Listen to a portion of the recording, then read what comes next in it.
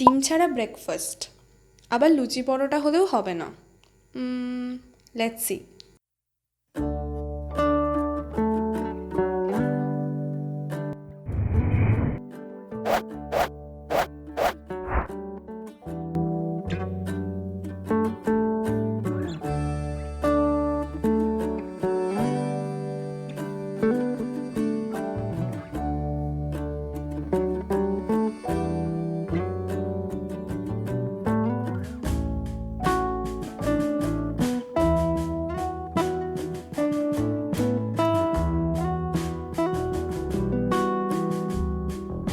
ব্যাটারটা মিক্স করার সময় যে কোনো একদিকে মিক্স করতে হবে, either clockwise or anti clockwise.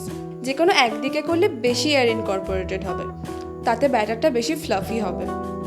প্রথমে জল দেওয়ার সময় ব্যাটারটা একটু পাতলা মনে হতে পারে, কিন্তু ডোন্ট ওয়ারি, সারা রাত ভিজিয়ে রাখার পর 70% জলই অ্যাবজর্ব হয়ে যাবে। সুজিটা সারা রাত ভিজিয়ে রাখলে সবচেয়ে ভালো হয়। সময় কম থাকলেও অন্তত আধ ঘন্টা ভিজিয়ে রাখতেই হবে, না হলে কিন্তু ফ্লাফি হবে না। সারা রাত ব্যাটারটা রেখে দেওয়ার পরে নুন দিতে হবে। প্রথমেই নুন দিয়ে দিলে কিন্তু ইট উইল নট রাইস।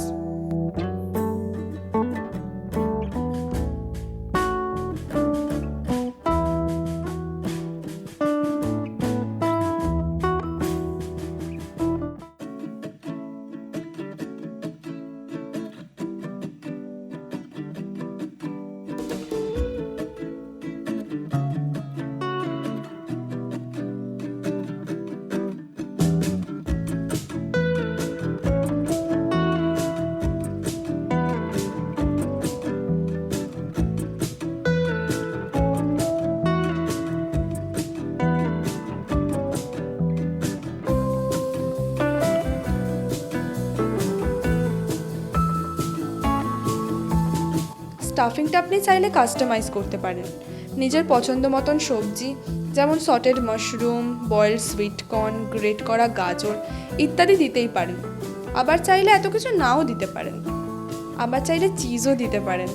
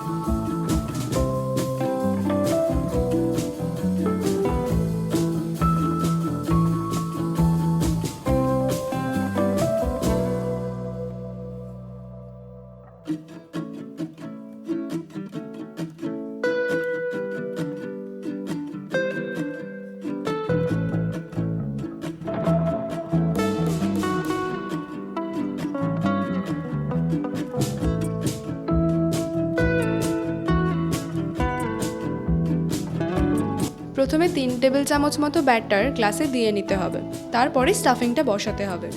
ফাঁকা গ্লাসে স্টাফিংটা বসাতে গেলে কিন্তু ঠিক করে বসবে না।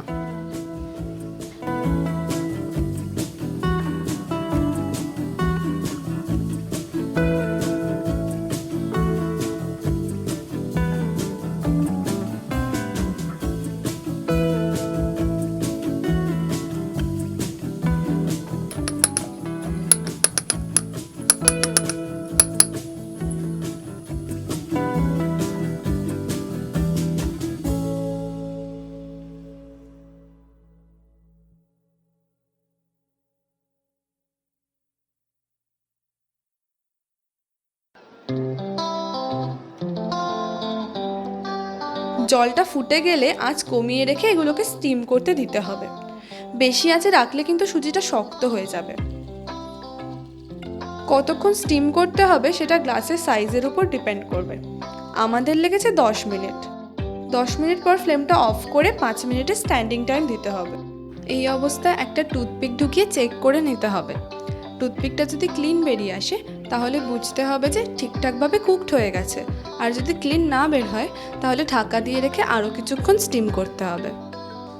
তারপর মোটামুটি ঠান্ডা হয়ে গেলে গ্লাস থেকে বের করে নিতে হবে। গরম অবস্থায় বের করতে গেলে কিন্তু ভেঙে যেতে পারে।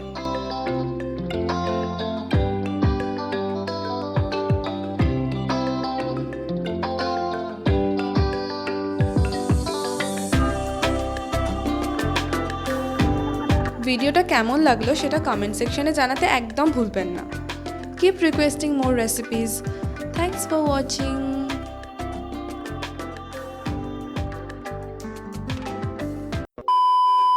করতে হবে, তারপরে যদি ক্লিন না বেরিয়ে আসে তাহলে বুঝতে হবে যে রান্না হয়নি, রান্না করতে হবে আরও। কী বলতে হতো এরপরে? আর হচ্ছে যে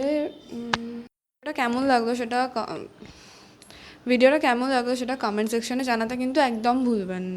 ভুলেই তো যাচ্ছে, জানাচ্ছে কই।